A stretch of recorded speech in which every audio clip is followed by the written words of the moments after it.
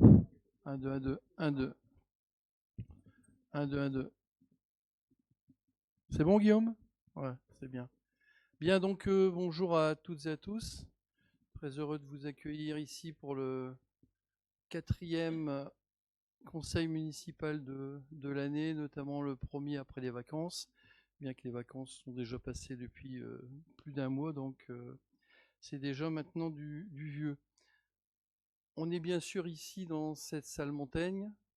On est en mode dégradé, bien sûr. On n'a pas pu faire le conseil donc à la mairie, vous le savez, par rapport aux travaux, hein, puisque la façade est, elle est démarrée, et notamment également la façade sud. Donc la salle Bizet est prise. On a bien sûr l'accord de la préfecture et l'accord de la sous-préfecture, hein, pour pouvoir changer, puisque la salle du conseil municipal, c'est important, c'est identifié dans chaque commune. Je vous demanderai surtout, c'est de parler assez fort dans le micro pour l'enregistrement. À savoir qu'on n'a pas, je veux dire, la retransmission ici du conseil, mais on l'aura à partir de demain. Donc on l'a pas en direct, mais on l'aura demain. On enregistre le conseil et demain on aura ce qu'il faut. Voilà.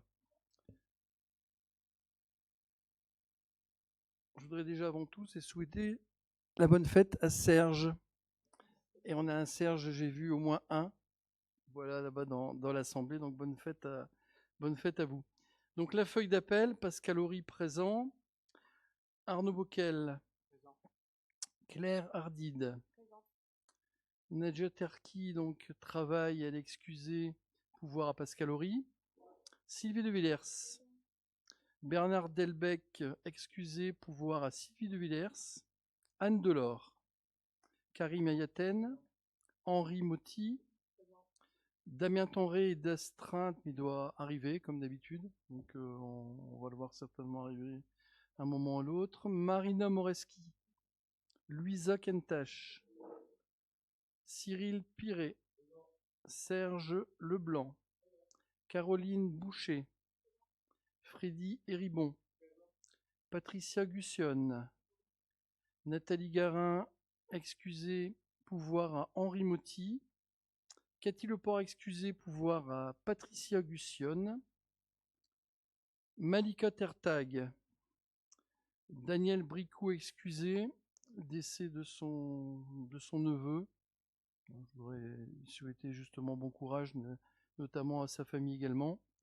Pouvoir à Louisa Kentache, Marie-Yolande Souvard, Abderrazak Abdelli, excusé, pouvoir à Arnaud Boquel, Gérard Marceau, excusé, pouvoir à Marina Moreski, Lona Véronique, excusé, malade, pouvoir à Serge Leblanc, Anthony Bravin, excusé, prolongation malade, pouvoir à Karim Yayaten, Gérard Joly, excusé, pouvoir à Freddy Ribon, Philippe Billet, Valérie Krug et Lionel Morage.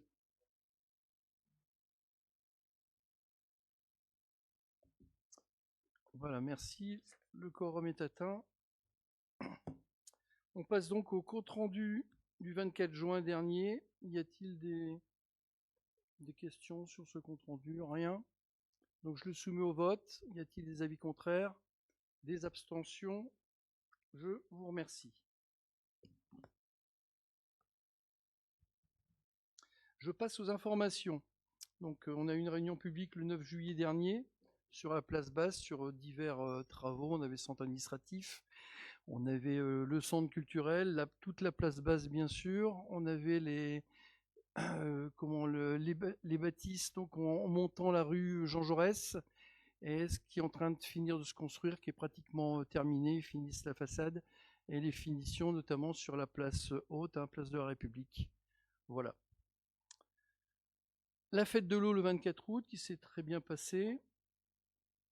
Le 31 août, on avait le duathlon Watissard. Alors c'était à l'origine un décathlon. C'est passé en duathlon puisqu'on a eu Pardon? Un triathlon, effectivement. Ouais. Un triathlon, donc c'est passé un duathlon puisque on a eu la cyanobactérie et notamment déjà les 10 derniers jours du Watissard, de la base de loisirs, on n'a pas pu profiter de la baignade. Voilà. Donc à savoir que c'est filtré, mais bon, c'est jamais du 100%. C'était fermé dans pas mal de sites, pas mal de bases de loisirs depuis très longtemps. Heureusement qu'on a cette filtration. Par contre, on n'a pas de filtration, notamment sur les 2 bassins, ayant d'un côté les pêcheurs, le navimodélisme et également les chiens de sauvetage. Donc on doit faire attention et on fait des prélèvements réguliers en plus du bassin de baignade. Voilà. Le forum des associations, le remise de kits de rentrée scolaire. Donc ça, c'était le 1er septembre pour les primaires, donc avec Anne dans sa délégation. On a eu le forum des associations sportives le 6 septembre avec Cyril. Présentation de la saison culturelle 2025-2026, donc à la médiathèque, c'était le 12 septembre avec Bernard. Cérémonie, donc 81e anniversaire de la libération de Jeumont, donc c'était le lendemain, le 13 septembre. On a eu concert Kino Chante Gainsbourg le mercredi 17 septembre.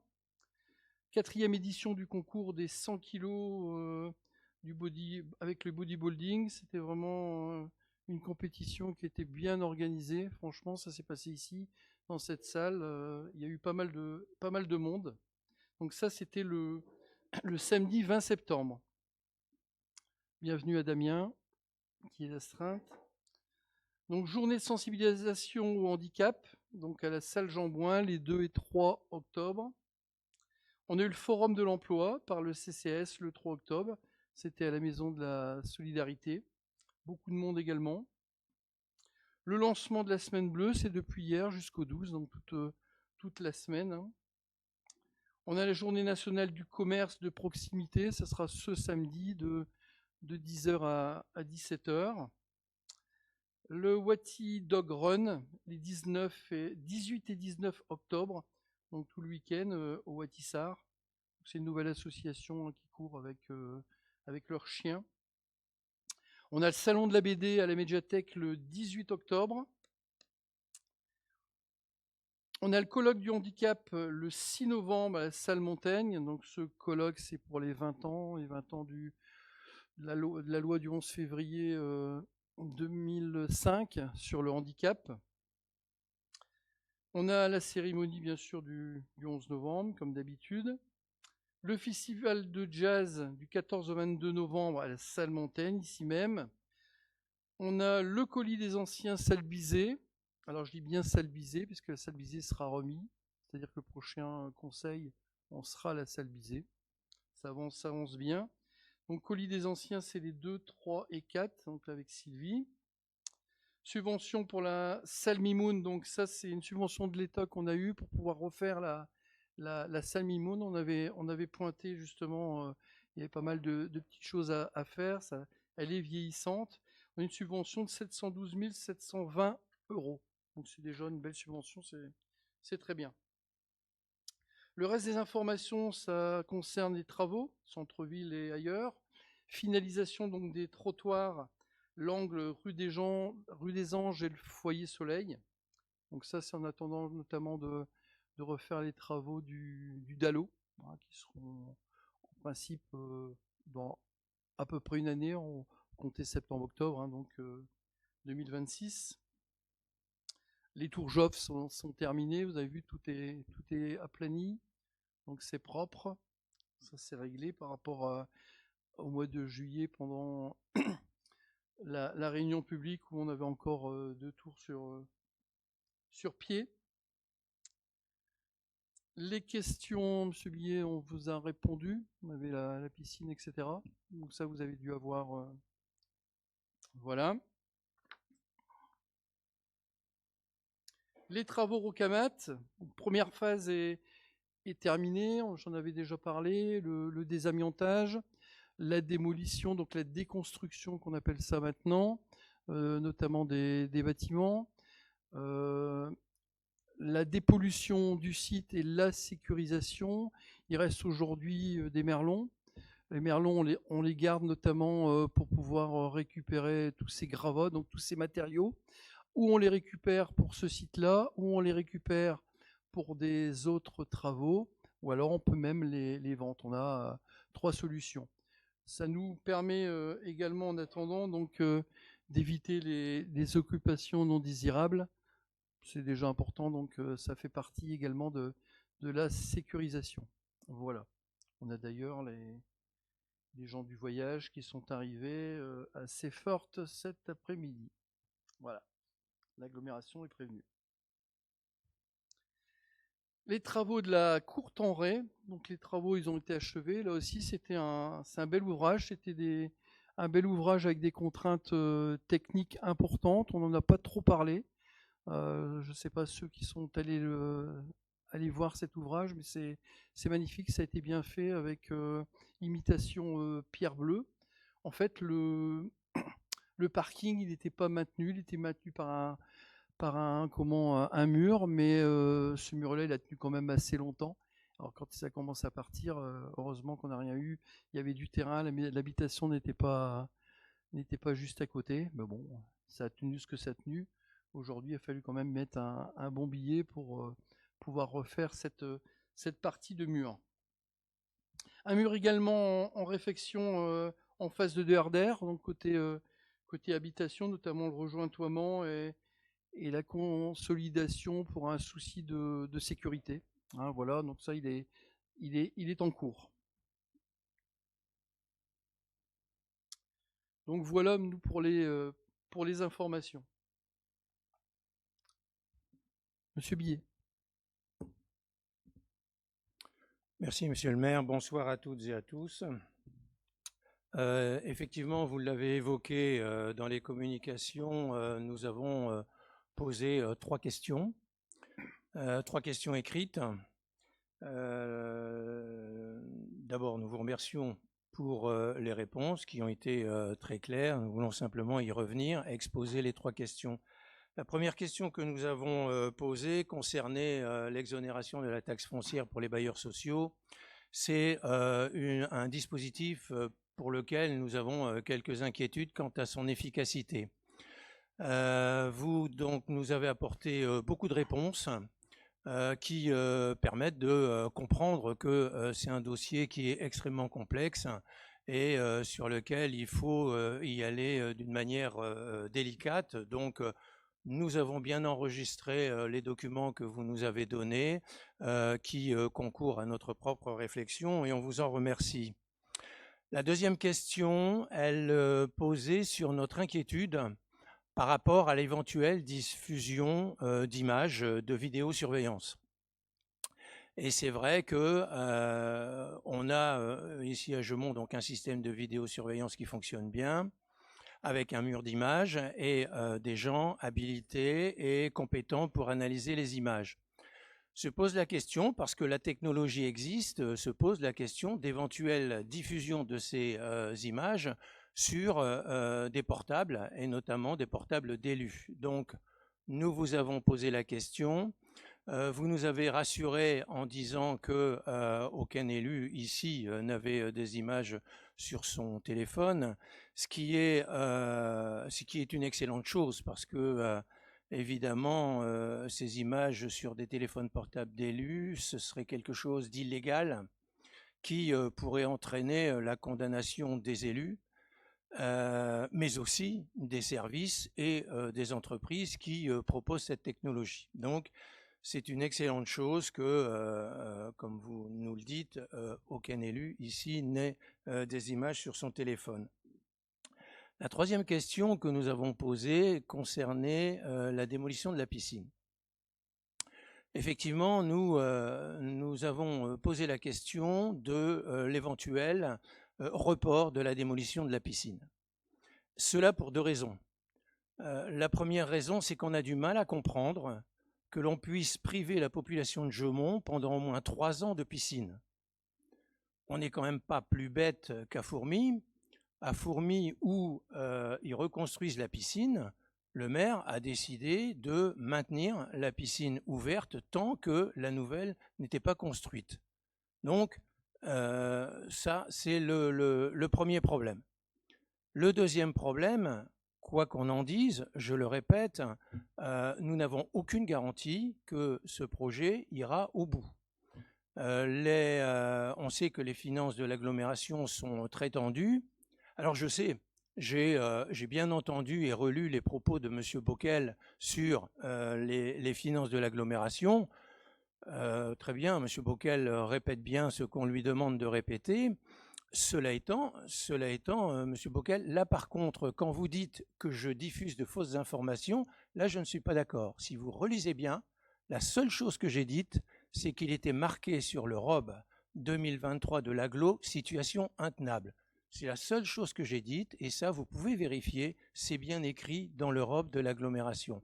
Et donc, quand on a une situation qui est intenable en 2023, on peut dire qu'effectivement, la situation est étendue, à moins que le fait d'avoir changé de président, que M. Baudou se soit avéré un excellent président par rapport à son prédécesseur et qu'il ait très rapidement rétabli la situation. Cela étant, les choses en sont bien là, c'est que la situation financière de l'agglo est assez tendue, d'autant plus qu'il y a des échéances.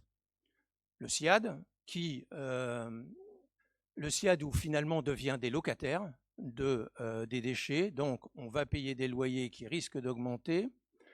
Le renouvellement urbain où d'ici 2 à 3 ans, si j'ai bien lu la délibération qui est passée le 30 septembre, les dépenses de l'ANRU vont être multipliées par 4 sur 2 ou 3 ans. Et puis, en dernier, effectivement, le problème de la Salmagne, qui est là un pari très onéreux qui a été pris et qui est un pari très risqué. Alors sur la Salmagne, je ne vais pas aborder le débat ici, mais quand ça sera le moment, quand je déciderai que c'est le moment, je publierai quand même une étude que j'ai faite sur ce dossier pour que la population comprenne bien les circonstances, l'origine du projet, pourquoi il a été fait, qu'est-ce qui s'est passé et les tenants et les aboutissants finalement du projet, ce qui a été fait et les erreurs qui ont été commises. Mais tout ça, ça confirme le fait que la situation de l'agglo, après les élections municipales, il va y avoir des grosses surprises. Donc, je ne dis pas que la piscine ne sera pas faite, mais je dis qu'aujourd'hui, nous n'avons pas les garanties absolues que le projet ira au bout. Nous n'avons pas non plus les garanties que les délais seront respectés. Or, si la piscine est démolie, on est perdant sur toute la ligne. Si la piscine était encore là, eh bien, on peut dire, puisque vous ne pouvez pas construire la nouvelle, au moins vous rouvrez l'ancienne. Voilà quelle était notre question.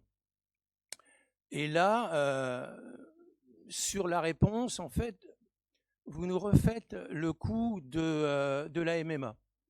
Rappelez-vous, la maison de la MMA a été rachetée à prix d'or et on nous a expliqué à l'époque que c'était parce qu'il fallait faire le rond-point à côté du pont.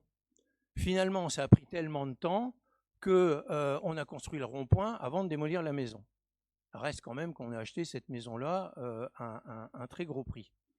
Ça veut donc bien dire que, parce que nous, sur ce point-là, on aurait dit non, c'est trop cher. On aurait dit aux architectes, débrouillez-vous, mais vous ferez en sorte que le rond-point soit fait sans démolir la maison.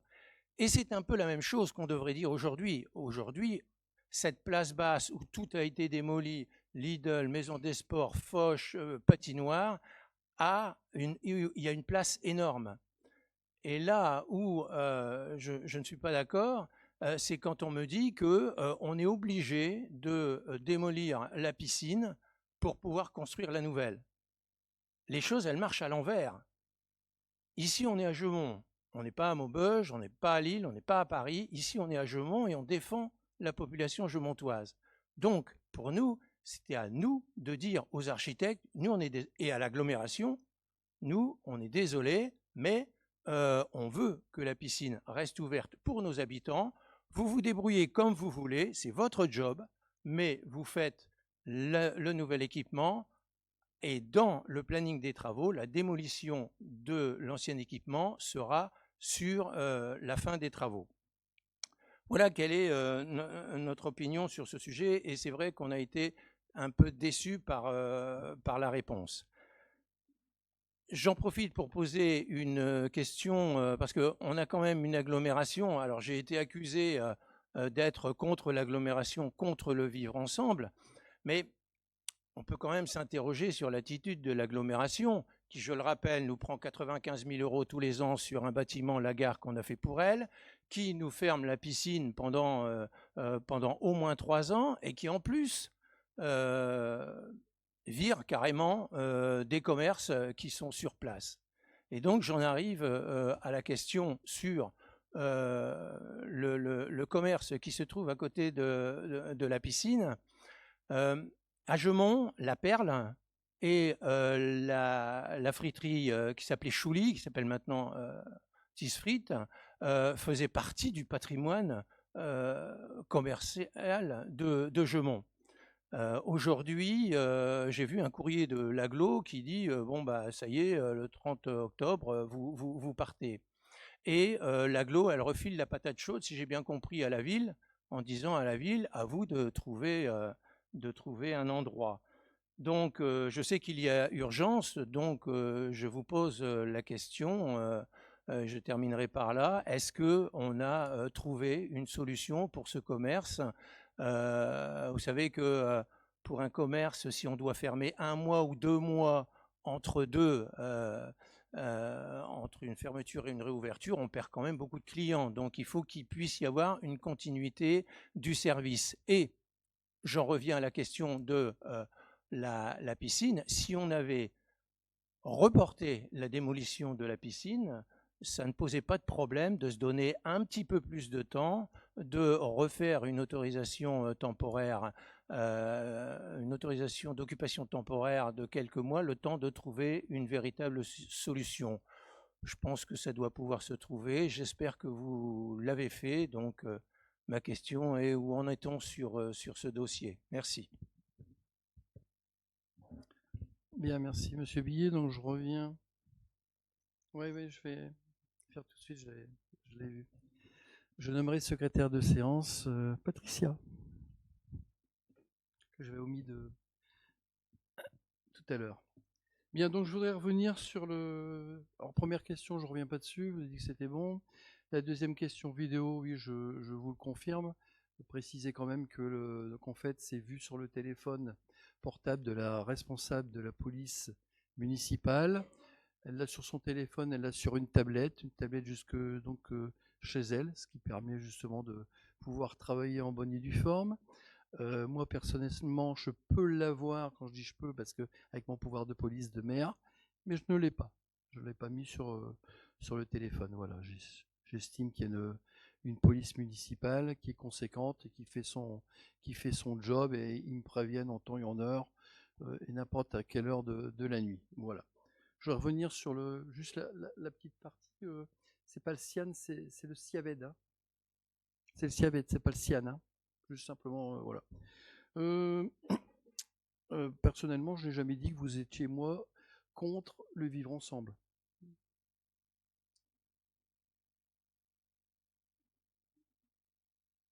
Mais je n'ai jamais dit que... Ah, d'accord, ok, d'accord. Ok, d'accord. Okay. Ça va. Sur donc la piscine. Alors la piscine, elle fait partie d'un chantier, un chantier complet. On va refaire effectivement les réseaux. Donc on avait la convention, et je transite justement sur le commerce Tisfrit en même temps. C'est pas un bail, c'est une convention, et sa convention terminait le 31 octobre. C'est pour ça que les travaux doivent commencer, j'y doivent toujours, parce que je vais te parler comme ça maintenant, doivent commencer donc début novembre, dans la première semaine de novembre. Effectivement, j'ai vu, vous avez dit que les travaux, on aura justement l'aménagement qui sera fait en 2026, c'est vrai, sauf qu'on commence d'abord par les réseaux. Tous les réseaux, tout ce qui est fluide, ça démarre, c'est le bas, c'est le dessous, et on est bien obligé d'abord de faire tomber la la piscine, parce que là on aura des réseaux, on aura de l'aménagement, on a toute la partie éclairage public, parking, notamment pour le bâtiment, donc l'équipement intercommunal nautique et ludique, et on est bien donc obligé de l'enlever. Le chantier sera encore plus agrandi, et c'est un chantier de sécurité, et on ne peut pas aller dans un chantier. Donc on est bien obligé de fermer la piscine. Je ferai quand même remarquer que la piscine devait fermer en décembre 2023 et qu'elle a fermé en juin 2025 quand même. Donc je le répète quand même, ça veut dire qu'on a quand même travaillé, on a poussé pour ne pas fermer la piscine bien avant comme elle devait fermer. Voilà. Donc ces réseaux, on peut pas y échapper, c'est par là qu'on démarre. On démarrera plus loin, notamment vous avez parlé de anciennement MMA, etc. Ça va démarrer de là pour vous donner un peu le sens et ça va revenir. Voilà. Donc cette piscine, il n'est pas possible de pouvoir continuer à la laisser ouverte, même maintenant la fermer bien sûr certes, mais on n'aurait pas pu continuer à la laisser ouverte déjà pour un point de vue sécurité et parce on démarre les réseaux. Voilà, donc ça c'est une chose. Tisfrit, bon, Tisfrit, ouais, j'ai vu comme tout le monde le grand article dans le journal, on est à moins de 6 mois des élections, il n'y a pas de souci, j'absorbe, c'est très bien, il n'y a pas de souci. Mais la question, elle n'était pas là. Il y a plein d'endroits qui ont été ciblés, voilà, dont un endroit en face de la masse. Mais c'est ce que je leur avais dit, et notamment à travailler énormément dessus, c'est Luisa, parce qu'elle travaille avec le commerce. Donc, ça a été bien travaillé dans la mesure où on leur a proposé plusieurs endroits, ils étaient contents. Et des fois, on revenait en arrière parce qu'il n'y a pas toujours spécialement les parkings. Mais dans la mesure où on fait la place basse complètement, qu'on a une friterie, vous avez parlé de la Perle tout à l'heure, en place haute, on a une friterie en place basse et qu'on doit continuer à la garder en place basse, inévitablement, on n'aura pas les parkings de suite. Voilà. Là, on a trouvé bien sûr un endroit qui avait été trouvé avant, mais le problème, il n'est pas là du tout. Le problème, ils ont acheté leur matériel, etc., etc. Il est bien à demeure. Tout le dessous, il est fendu en plusieurs morceaux. Voilà. On n'arrive pas spécialement à le déplacer. Là, ils vont essayer coûte que coûte, mais ils vont mettre bien sûr un billet supplémentaire avec des madriers, etc., pour pouvoir le déplacer. Ils vont le déplacer d'une centaine de mètres parce que ce qui est prévu, c'est de la positionner pas loin des escaliers quand vous montez pour aller sur la place basse, ici. Après les travaux qui ont été effectués boulevard de Lessines, là ils sont comme sur une étoile. Ils vont pouvoir continuer à avoir notamment la clientèle de Framatome, de Gaumont Électrique et de Nexan. En plus, ils continuent à embaucher. Ils n'ont toujours pas le myotis de l'autre côté. Ils auront ensuite l'équipement intercommunal, c'est quand même une grosse piscine qui sera là. Et en sortant de piscine, il y aura une friterie qui sera prévue là. Il y a la mairie, il y aura après qui est pointé 2 fois 45 logements. Donc ils seront bien placés, ils en sont très bien conscients. Le problème pour eux, c'est de déplacer leur baraque à frites. On va le dire comme ça, voilà. Là où il est le problème. Aujourd'hui, ils sont en train de faire le maximum. Effectivement, le 31, ça se termine. Ils prévoient de le faire ce mois-ci, parce que je leur ai bien dit que les travaux, je sais qu'ils auraient préféré attendre un petit peu, au moins un mois ou deux de plus. Voilà. En principe, c'est pas prévu de repousser les travaux. Quand on les repousse d'un mois, un mois et demi, après on va vite arriver à décembre. 15 décembre, il n'y a plus rien qui fonctionne. Et hop, et on repasse tout de suite, pas avant le 10 janvier. Voilà. Et tout, on perd du temps. Vous le disiez l'autre fois, mais les travaux, bon, les gens adorent qu'on fasse des travaux, mais l'idéal, c'est qu'on aille se coucher, les travaux sont à faire, et que le lendemain matin, quand on se lève, les travaux sont faits. Bon, ça, c'est pas possible. Voilà. Donc, comme c'est pas possible, on a ce qu'il faut. Quand il y a un trou ben, il faut le reboucher. On se débrouille de le faire reboucher par l'agglomération, etc. Quand on refait une rue, ben, on est obligé de dévier. Et je sais que ça embête beaucoup de monde. C'est déjà arrivé avec moi-même au passé, me dire ah, c'est vrai, il y a des travaux. Voilà. Donc je peux le comprendre, hein, voilà, mais c'est quand même intéressant que dans une commune, on fasse des travaux, on continue, on essaie de garder nos jeunes, parce que de toute façon, si on fait rien, alors c'est sûr, hein, on peut monter la CAF tranquillement, hein, capacité d'autofinancement, il y a pas de problème, hein, on peut avoir un bas de laine, voilà, et rien faire, sauf que on a tous nos jeunes qui vont partir dans les grandes villes, c'est déjà bien parti, et voilà. Donc voilà pour vous répondre, notamment Tisfrit et la piscine en parallèle. Là, Monsieur Billet. Monsieur Billet. Non, juste une petite question. Donc, ce déplacement, c'est un déplacement provisoire en attendant une intégration dans un projet ou c'est un déplacement définitif? Alors, oui et non. Je pense que c'est un bel emplacement. À mon avis, je ne peux pas rentrer dans leurs détails. Il en reste un peu de temps à payer. Voilà, donc je ne veux pas rentrer, c'est enregistré, etc. Donc ça regarde personne, mais il leur reste un peu de temps à payer. Je pense que ce qu'ils ont en tête, c'est quand ce sera fini d'être payé cette partie-là, ils vont refaire en dur. Si on refait en dur, on peut refaire avec les réseaux. Et là d'ailleurs, ça sera un bail et non plus une convention. Ça sera tout à fait différent. Après, peut-être qu'à ce moment-là, bon, d'abord, vous n'êtes pas sans savoir que dans 5 mois et demi, c'est les élections. Voilà. On verra l'équipe municipale qui sera en place, ce qui sera pensé, etc. Hein, voilà. Et puis penser avec le commerce pour pouvoir garder ce commerce-là. Je pense que si il veut garder cet endroit-là et il est parti pour le garder, je pense qu'il faudra le laisser. Mais voilà, je ne peux pas répondre non plus à la place, le cas échéant, d'autres personnes. Hein, voilà. Donc ça peut être momentané, mais ça peut être aussi définitif, mais avec autre chose, hein, autre chose je veux dire, ce qu'ils ont aujourd'hui, et de toute façon, après, on ne pourra plus bouger. Donc, ils seront bien obligés d'investir, mais ils en sont tout à fait conscients. Il n'y a pas de problème à ça. Voilà, Monsieur Billet. Je vais passer la parole à Arnaud Bockel, qui l'a demandé.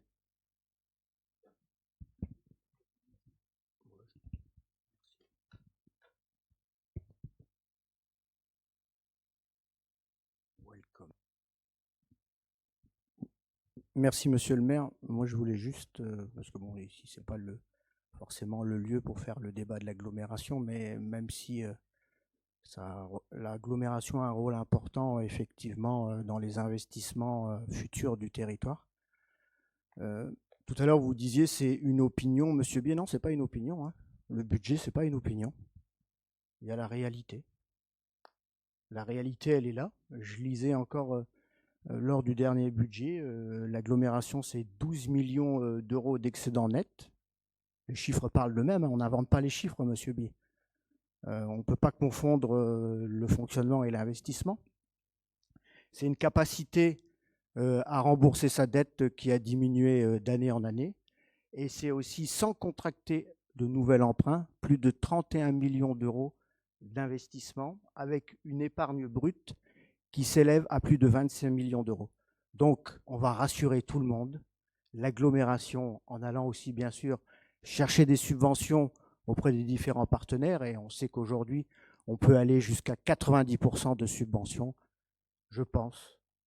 80, on peut peut-être même aller au-delà, mais aujourd'hui, c'est vrai que c'est 80% avec les pactes. Hein. On sait que ça nous a permis de réaliser des investissements assez conséquents et qui ont de l'utilité sur le territoire. Donc, n'allons pas dire n'importe quoi auprès de la population. La situation financière de l'agglomération est parfaitement saine et aujourd'hui, elle est largement en capacité, même par le futur, de pouvoir réaliser l'investissement du centre aquatique de la ville de Gemont. Voilà.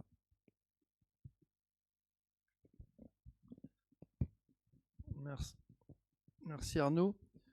Simplement pour la piscine, donc j'ai déjà fait un jury, je ne peux pas en dire trop. J'avais un deuxième jury ce matin de 7h30 jusqu'à... Je suis rentré à 13h30, donc vous dire que ça avance hein, au niveau des jurys, même si je ne peux pas en dire trop pour pas flinguer, je vais dire, les entreprises, notamment les sociétés qui viennent se présenter, qui viennent nous présenter le projet. Voilà, donc ça avance. Ce qui sera encore, ça a été voté de toute façon dans un premier temps à 2 reprises à l'agglomération. Il faudra encore le voter, notamment par rapport au prix, c'est sûr. Donc il y aura effectivement encore un vote communautaire avec le prix. Voilà, on est en train de tirer le maximum. Aujourd'hui, quand on fait des travaux, on a refait des travaux à les Gouades, donc pas l'Émeraude, les Gouades, Aulnois, etc. On a refait des travaux à Réquigny, Boussois. C'est un ensemble de plus de 5 millions sur des travaux, donc ça va très vite. Voilà, donc il y a une somme qui a été... ils l'ont en tête, les sociétés l'ont en tête, ils essayent de faire au mieux, et nous on est là justement pour continuer. Mais vous dire que ça avance. Hein, voilà. Monsieur Billet. Juste pour conclure le débat, non, Monsieur Bocquet, je pense que c'est pas étrange de parler de l'agglomération au conseil municipal. Je pense qu'il est absolument normal que les élus du conseil municipal qui siègent à l'agglomération rendent compte à l'ensemble de leurs collègues, majorité et opposition, de leur travail. En ce qui concerne les finances de l'agglomération, bien entendu, je souhaite que les finances de l'agglomération soient extraordinairement bonnes. Je prends note de vos chiffres et on verra dans quelques temps ce qu'il en sera. L'avenir nous dira qui a raison.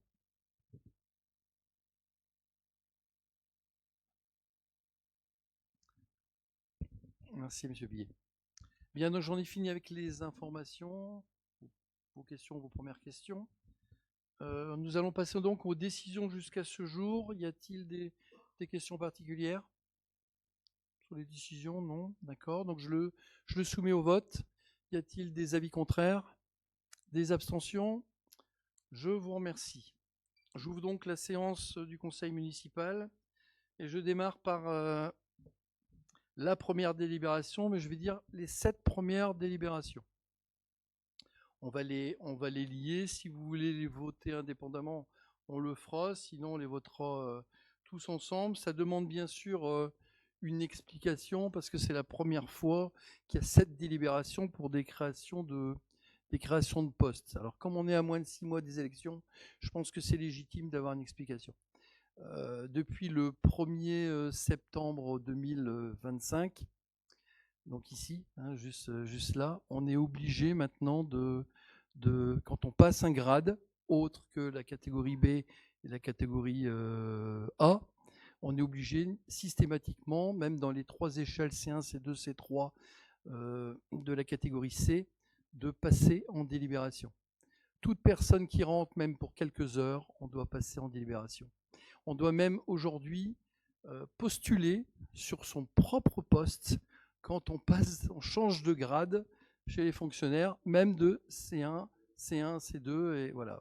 Donc on repostule, on refait l'ensemble. Hein, voilà. Alors je pense que c'est pour le contrôle de la légalité, notamment pour les facilités.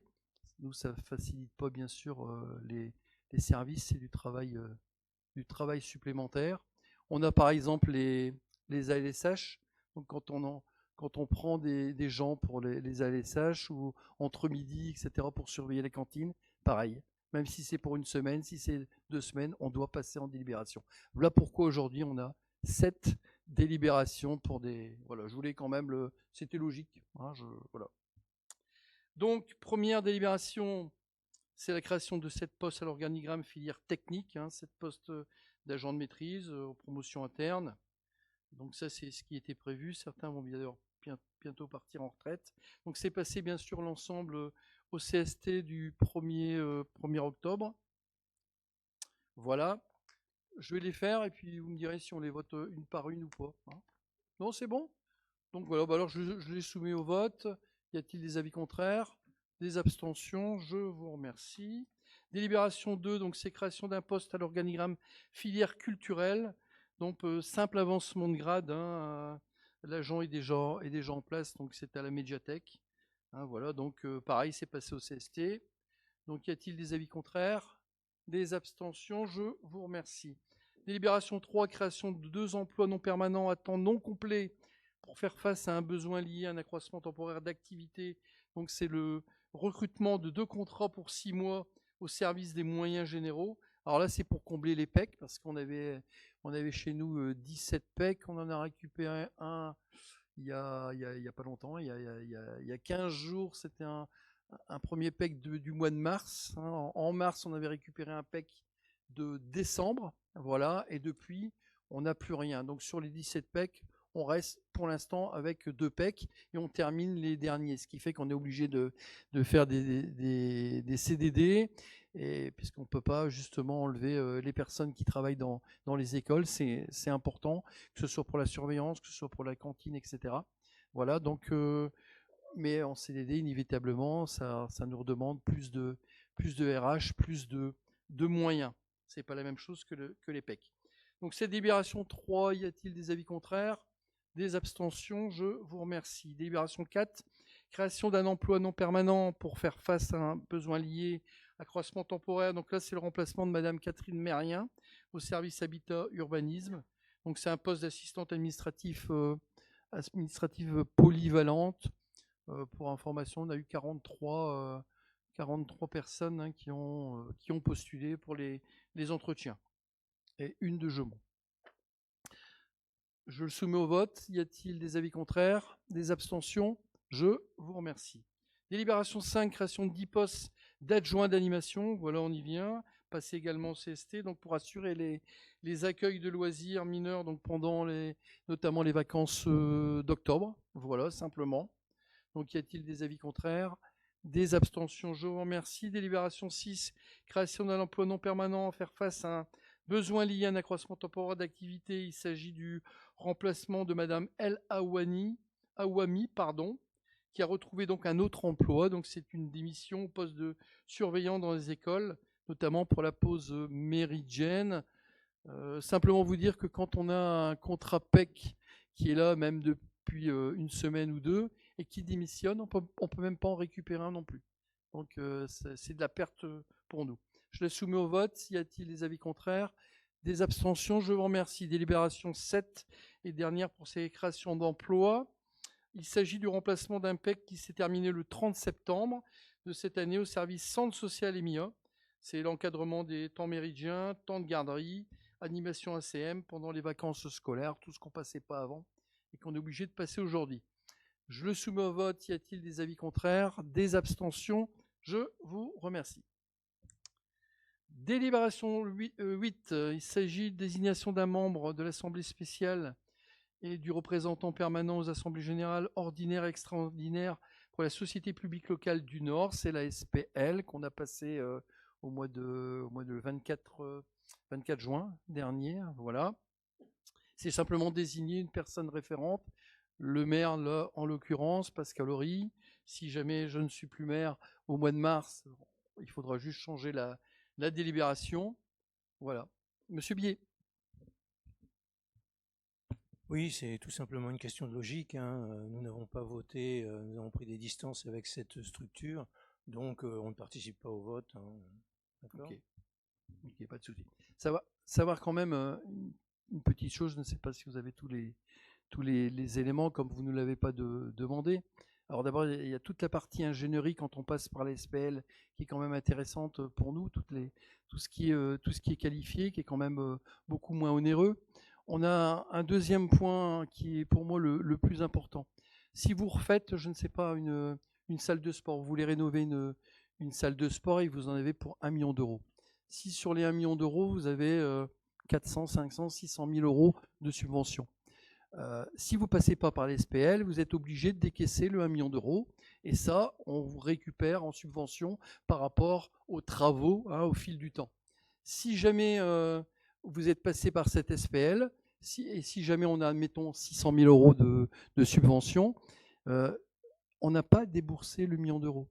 On débourse simplement les 400 000, ce qui nous permet de garder les 600 000 sur nous. Et c'est pour ça qu'on a affilié à la SPL. Bon, moi, j'ai vu Maubeuge, j'ai vu Aulnois affilié à la SPL. Je me suis dit, bon, il faut que je gratte un petit peu le vernis, inévitablement. Voilà, donc effectivement, c'est quand même pour moi très intéressant, et notamment ce que je viens de vous expliquer là, c'est important. Comme ça, on ne décaisse pas l'ensemble et on garde justement de la trésorerie, c'est pour moi important. Monsieur Billet. Personnellement, je comprends tout à fait votre position et je comprends bien le raisonnement que vous devez tenir. Il faut aussi nous comprendre, nous, quand on voit ça, vous savez, quand on a fait l'ANRU 1, l'ANRU 1 n'était pas porté par l'agglo, il était porté par les communes. L'ANRU 1, c'était 60 millions d'euros, dont 30 millions d'euros dont la ville était maîtrise d'œuvre. Et donc, à l'époque, il a fallu aligner les 30 millions d'euros. On les a alignés. Alors bien sûr, les temps changent. Hein. Aujourd'hui, je respecte la décision. Simplement, là, dans la délibération, on est dans la logique de nos décisions précédentes. Et comme toutes les décisions, tout est toujours évidemment soumis à être étudié éventuellement. Ok, pas de problème. Bon, c'était juste pour revenir pour la SPL du mois de juin. Là, il s'agit simplement de désigner donc un membre, donc là, le maire, moi-même. Donc je soumets au vote. Y a-t-il des avis contraires? Des abstentions? Vous votez contre ou vous participez pas au vote? Vous participez pas au vote, d'accord. Donc à l'unanimité. Merci.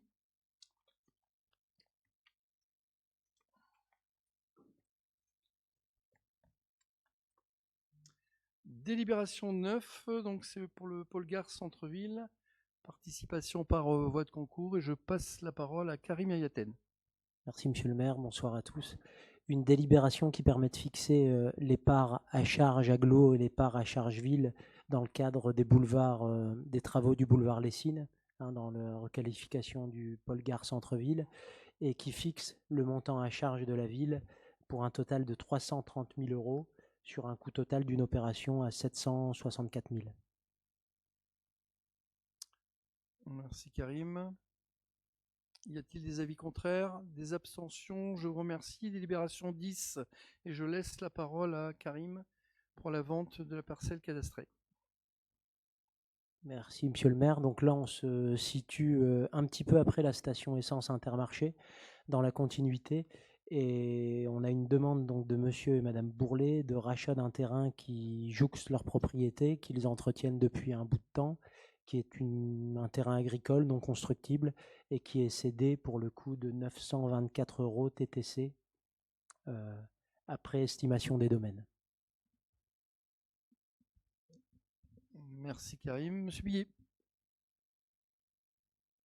Aucun problème avec cette délibération. Hein. Simplement, ça serait quand même sympa qu'en pièce jointe, on puisse avoir les plans, qu'on puisse voir un petit peu les choses avant, hein, qu'on sache au moins ce qu'on vend. Hein. Je vous rassure tout de suite, j'ai constaté que c'est la même chose à l'agglo apparemment, puisque il y avait une délibération sur la vente à la société Yulm, c'est ça, hein, Oui. Yulm. Et j'ai recherché les plans, j'ai pas vu les plans.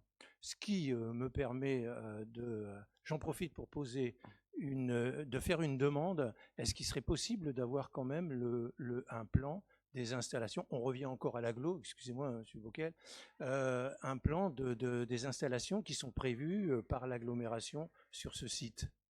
En fait, on a les terrains de l'agglomération aujourd'hui, donc effectivement, bien souvent, ils demandent ou pas. Hein, ça, on l'a vu passer de toute façon. Donc, on s'est posé la question puisque ça avait été pointé pour une entreprise à un moment donné.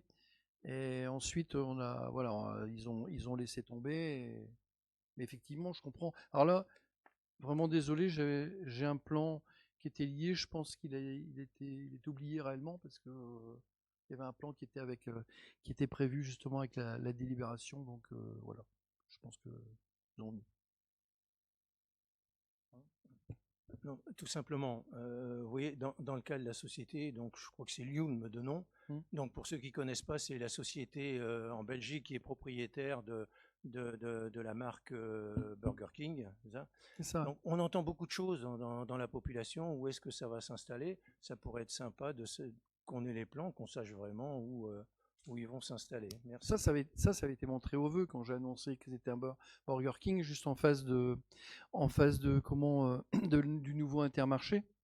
Hein, la première parcelle à droite du rond-point, voilà, c'est là qu'ils vont s'installer. Mais ça avait été montré donc au vœu, etc. Mais je comprends pour l'histoire des plans, il n'y a pas de souci. Je passe la parole à Arnaud Bocquel. À mon avis, je ne sais pas si dans les annexes, ça ne devait pas être disponible, le plan. Il me semble que oui. Après, si vous faites la... Bon, si vous faites la demande auprès de l'agglomération, parce que des fois, il pourrait arriver que, effectivement, j'imagine que les techniciens remettront le plan sans aucune difficulté. Voilà. Bien, merci Arnaud. Je reviens donc sur la délibération 10, parce qu'elle n'a rien à voir, puisque c'était pour Monsieur Bourlet-David.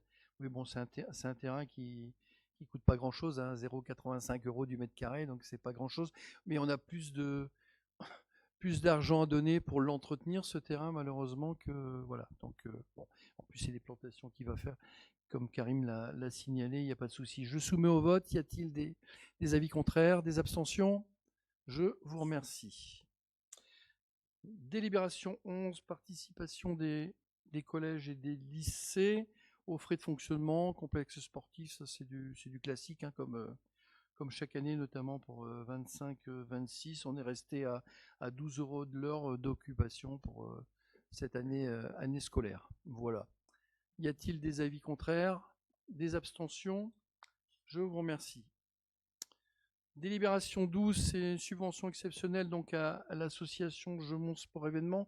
On est obligé de dire exceptionnelle parce qu'on l'avait passé dans les subventions. C'est une subvention de 6 000 € qui était pointée, mais versée en 2 fois.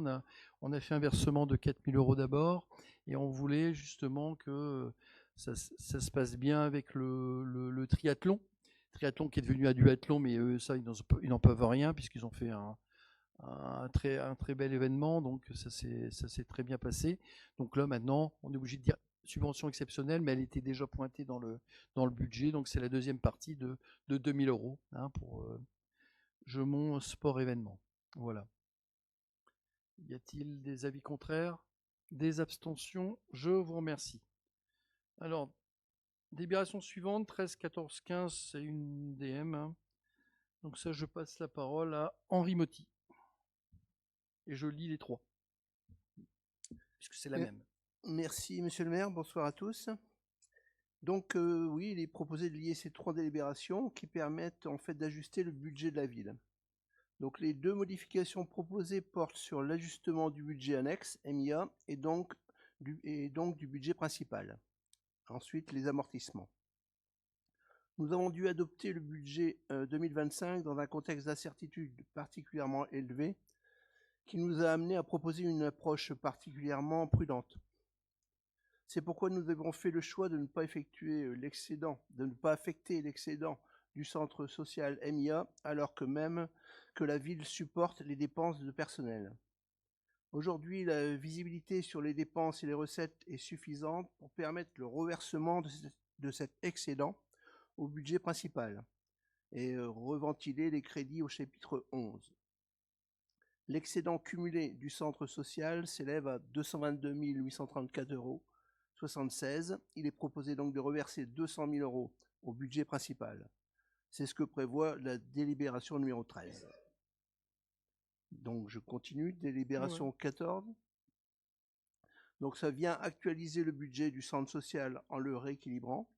Les recettes diminuent de 200 000 € suite au reversement de l'excédent 2024. Les dépenses diminuent de 200 000 € sans qu'aucune action n'ait été abandonnée. Après cette diminution, le prévisionnel reste prudent, ce qui permet d'assurer que le centre social dégage une nouvelle fois un excédent pour l'année en cours. Délibération 15, elle permet de modifier le budget de la ville avec le fléchage de l'excédent de la MIA dans le budget principal et l'ajustement des amortissements. Dans le détail, dans la section fonctionnement, chapitre 11, l'article 60 622, carburant, plus 2 000 €. Article 61 56, maintenance, plus 32 000 €.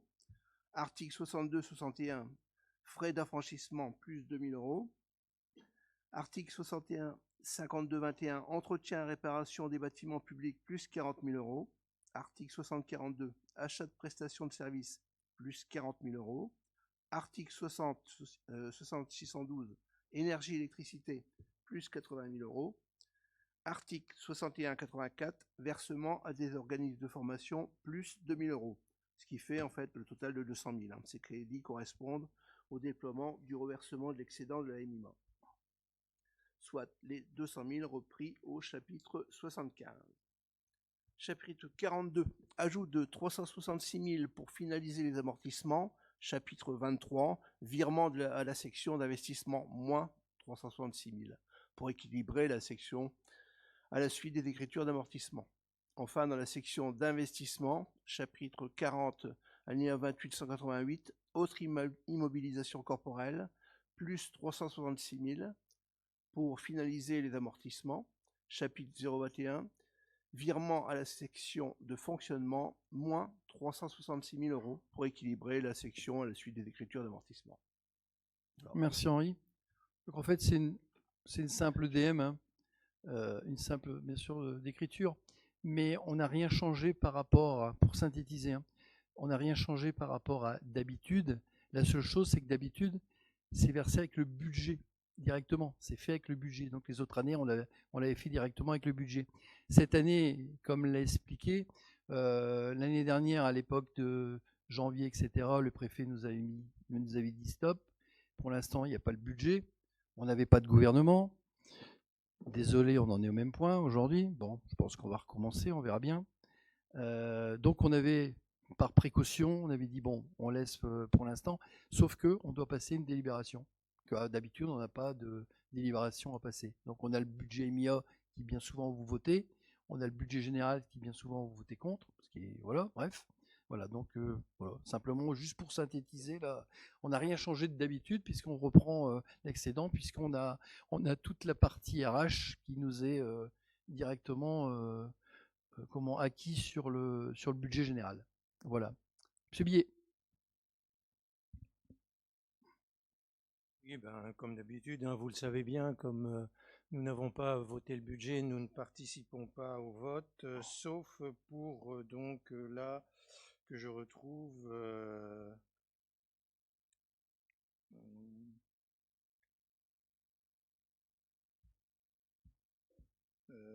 sauf, pardon, j'étais sur l'autre, sauf sur le reversement de la MIA. Ok, d'accord. Voilà, donc excusez-moi pour ce retard. Donc vous ne participez pas au vote, donc y a-t-il des avis contraires? Des abstentions pour 13, 14, 15 sur la même DM? Non, donc c'est voté à l'unanimité des votants.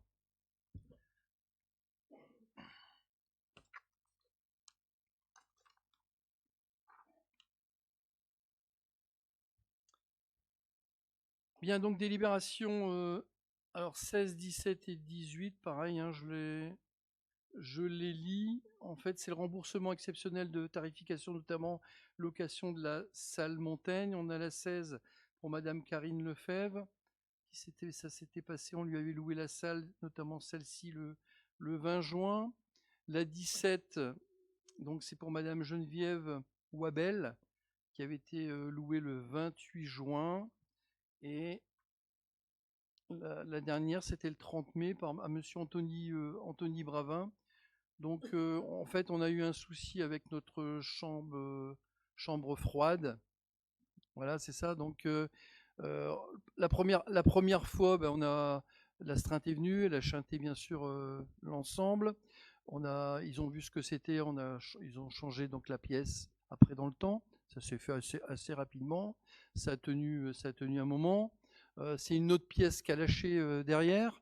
Donc on a eu un peu le même problème jusque la dernière fois donc c'était le 28 juin où pareil, où là on a dit bon c'est tout, c'est du matériel vieillissant. Généralement, quand on a un réfrigérateur qui a 20 ans, on se dit on va pas changer les pièces, on le change. Par contre, s'il a quelques années où c'est comme ici une chambre froide qui est conséquente et notamment le groupe de froid, voilà, on essaie d'abord de changer les pièces. Bon, je pense qu'il est arrivé, il y avait l'âge de ses artères, donc maintenant on a changé le groupe de froid complet et puis voilà. Donc c'est terminé. Donc voilà, donc c'est un dégrèvement notamment de 150 € donc chacun, notamment sur la salle. On a divisé donc par deux la salle, vu avec le service juridique notamment. C'est-à-dire c'est 380 la salle, enlever la vaisselle, divisé par deux, ça fait 150. Voilà. Donc je peux lier 16, 17, 18. Je ne vais pas le lier, mais comme Anthony Bravin n'est pas là, il était concerné, il n'aurait pas participé au vote. Donc 16, 17, 18, y a-t-il des avis contraires? Des abstentions? Je vous remercie. Pardon? Et une abstention. Donc une abstention, c'est tout? Ok. Délibération donc 19, c'était la délib notamment sur table. C'est l'approbation du pacte Sambre-Avesnois tirage, ce pacte 3, pacte SAT 3, voilà.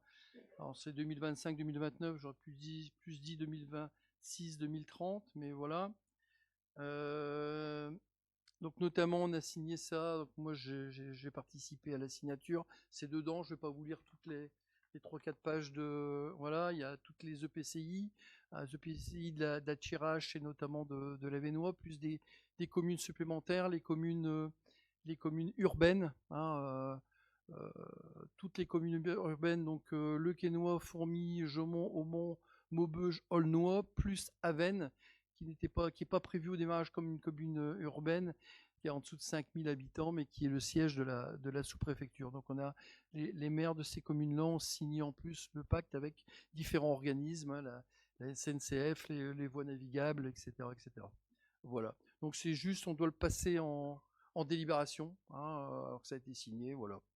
Y a-t-il des avis contraires? Oui, monsieur Billet, je vous en prie. Excusez-moi, monsieur le maire. Et comment ne pas voter pour une si belle littérature de 44 pages? 44 pages, c'est en principe 300 millions qui doit arriver sur le... Je dis bien en principe, je dis comme ça. En principe, là encore une fois, ça a été voté juste avant la démission du gouvernement, mais bon, je m'y perds, excusez-moi. Monsieur Rebsamen, tout à fait, et c'était Madame Létard, il y avait deux ministres ce jour-là, donc Valérie Létard, qui elle est toujours restée ministre, d'ailleurs démissionnaire aujourd'hui. Ah, voilà, donc au logement, et Rebsamen qui était ministre du territoire et de l'aménagement. Ah, voilà. Donc c'est 300 millions en principe sur le territoire, j'ai en principe, mais c'est signé, donc j'espère que le territoire, y compris la Thiérache, pourront bénéficier de ces 300 millions. Voilà. Y a-t-il des avis contraires? Des abstentions? Je vous remercie et je vous souhaite à toutes et à tous une bonne soirée.